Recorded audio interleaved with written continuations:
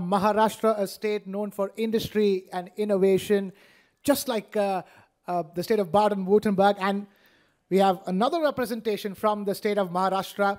I'm going to invite some of these gentlemen to take the stage and also invite my colleague to take over this next session as well. It's called Maharashtra, where innovation meets expertise and enterprise. We have Dr.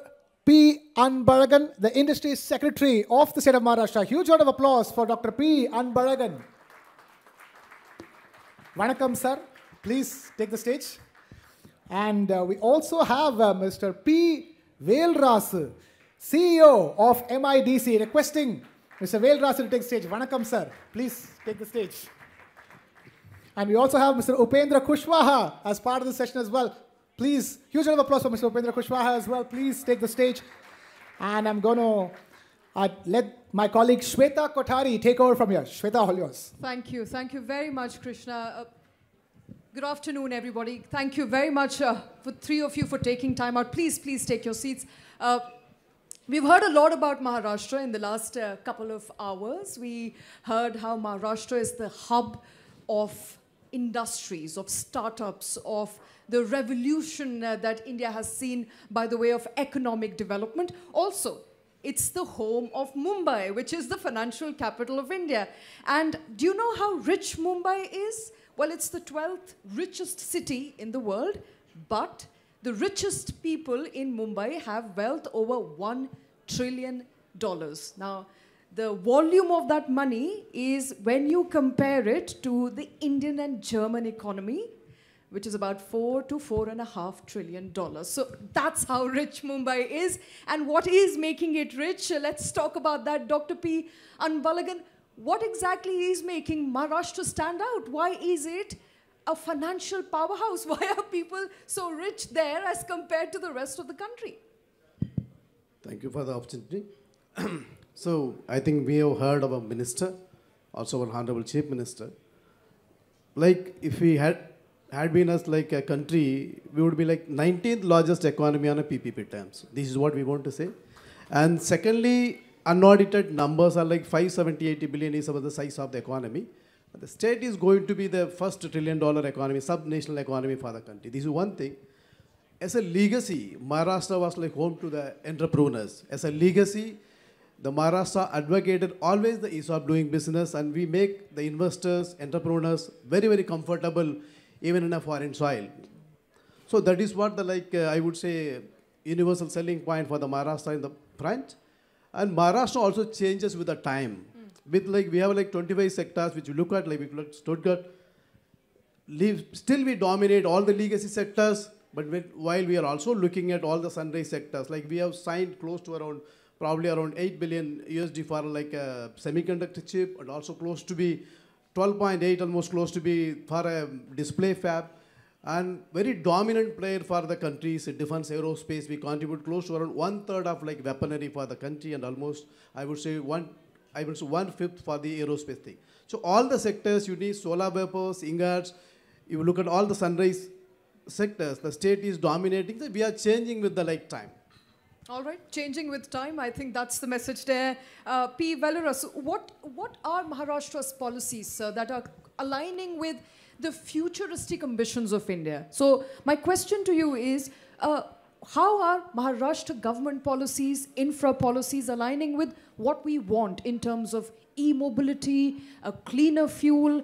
Run us through the policy developments in your career, in your course in Maharashtra. Thank you for this question. The Honorable Chief Minister said, Maharashtra is one of the leading states in India. We always look forward to the futuristic way of doing things, and our value systems in terms of sustainability and keeping the quality controls, everything is in tune with the European standards.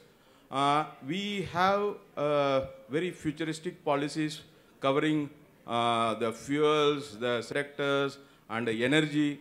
To talk about energy, our Chief Minister is pushing for most of the renewables.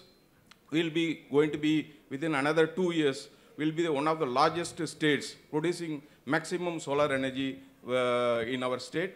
And not only that, we have a special policy for the EV vehicles. So some of the big EV manufacturers, they will be placed in Maharashtra. They are going to start. We signed MOUs with them in Davos. If you look at green fuel, we have announced policies to invite people to come and set up plants in Maharashtra. So even though we are focusing on basic manufacturing, but we keep our foresight. We want to do things in a futuristic way. So we look at currently the manufacturing, but we have the sight at what is going to happen in the future also. Thank you. I'll just add on, having spent 2.5 years with energy, look at energy transition of our state plan. So by 2030, our entire energy reckon. Today we consume around 30 gigawatt. And largest renewable footprint is already there. We have close to around 48 gigawatt of installed capacity.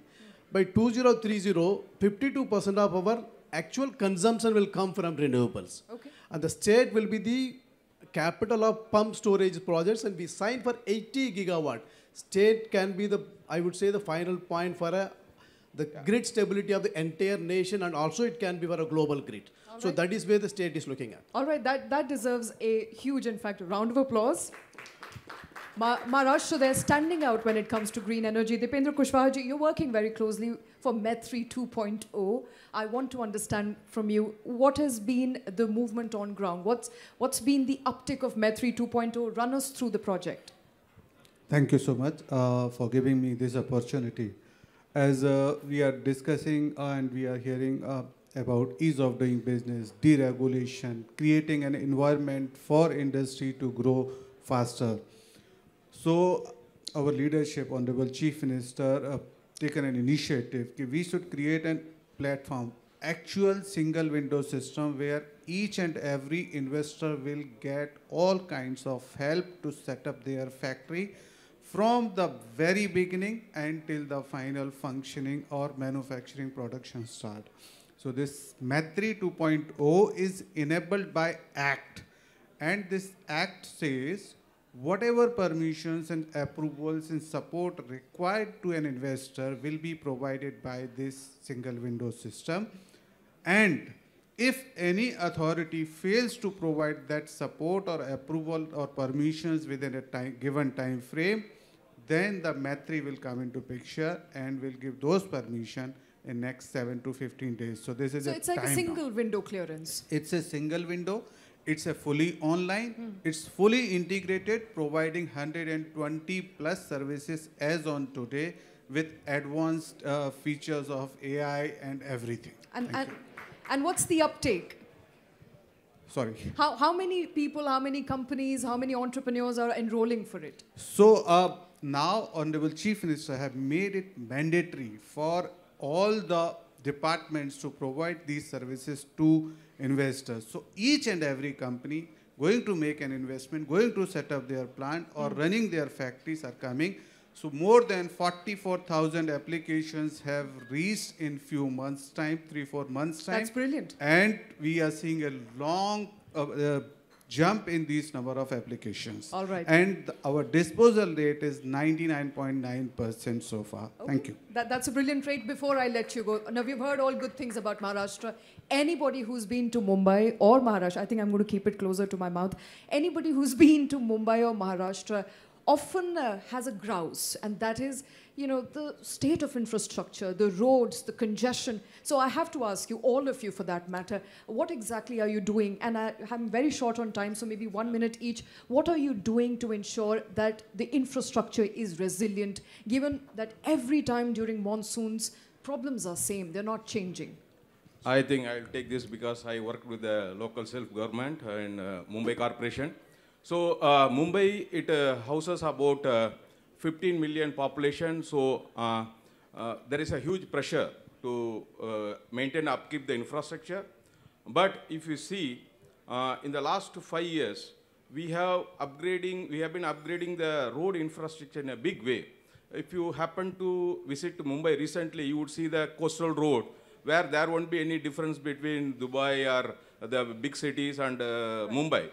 And that is only the tip of the iceberg, because what we are going to do is, we are going to encircle the full Mumbai with a coastal road. Okay. It is going to go all the way to the north, till Virar. On the eastern side also there is going to be the freeway, and you know the Setu which is connecting to the Navi Mumbai. So these all infrastructure projects will roll out within 5 years. Not only that, we are going to have about 35 kilometers of metro. That all will be coming into action within another 7 years. That is a plan. And not only that, Mumbai will be having soon at least 2 more airports. So yesterday was a good day where the Honorable Prime Minister, Mr. Modi ji, inaugurated the 3rd airport, that is Navi Mumbai Airport. And we are likely to get another airport north of Mumbai. So we will be like New York, we will be having boasting of 4 airports within Mumbai. And to add to that, we will have the 5th international airport coming up in Pune, and that will be hardly 2 hours from Mumbai. So I think in my take, within another 5 years, there will be a tipping point. You will see massive infrastructure changes in Mumbai. Currently, Mumbai is undergoing that pain of carrying out the infrastructure. So, but people we are grateful to the people for tolerating that. But within another 6-7 years, you will see massive changes in Mumbai. Yeah. Like to add on, Right. 100 billion USD is the number which will be spent in another 3 years. And which Velu mentioned, along with this coastal road, there is like a circle crossing from Vasai Virar to Alibag, which will circumvent, which will bisect Mumbai, Ahmedabad, Mumbai, Delhi, Mumbai, Agra, Mumbai, Pune, Mumbai, Goa. It will circumvent that, so no need to get into the city to get into the port. That's what. And we are coming up with a Vadwan port. It's going to be the biggest port in Asia, which will be also commissioned in 7 years. I'll take 1 minute. As we have discussed about the port, airports, roads, metro, rail connectivity, everything we are working more than 100 billion. Yesterday only our Honorable Chief Minister, he is known as the infrastructure man, said Mumbai in 59 minutes. So from anywhere to any point of Mumbai to another point, you should reach in Mumbai, and he said that we are going to achieve by 2028. Thank you. All right, that's the That's all timeline. one Mumbai. You know, okay. You know, there has to be a question on the equitable infra development as well. There are places in Maharashtra, including Vidarbha, Marathwada, that do not have enough industrial nodes or hubs. What is the government doing about I it? will just take this question. 2 corridors, which one is already completed, like some prosperity corridor we call it, which connects like our winter capital Nagpur, the eastern part of the state, with the Mumbai. It's almost close to 720 kilometers. It will have at least minimum 15 industrial nodes on way. It caters almost 17 districts which were like interland. This is one thing which we are doing. Secondly, the similar highway, prosperity corridor, like on like access controlled highways connecting Nagpur to Goa, Panjim. So the entire Maharashtra, both like I would say the central Maharashtra and the eastern Maharashtra will be connected. Secondly, the state boasts world's one of the best iron ore reserves in place called Gadchiroli. Probably in another 5 years, we will be producing 30 million tons a year. Only about 10% of the steel will be produced from one district. So the entire like interland of like Gadchiroli, Chandrapur, which are part as well sometimes like I would say like a Naxalism affected area. So absolutely, there is also a way in connecting with 4 lane with all the district quarters with the divisional headquarters, like the big towns. So that way, like state is looking into the inclusivity, and our policy also. If you like add on like more than 50% of the women workforce, you get more than 10 to 20% of the incentives. That way, like inclusivity is brought not only like Mumbai, Nasik or Pune, also into like other like eastern part of the state. All right, I think with that we've come to the end of this fireside chat. Mr. Dr. Anbalagan, P. Valurasu and Dipendra Singh Kushwaha, thank you very much, Thank you so much. gentlemen, for joining us. Gentlemen, please stay on stage. Please stay on stage.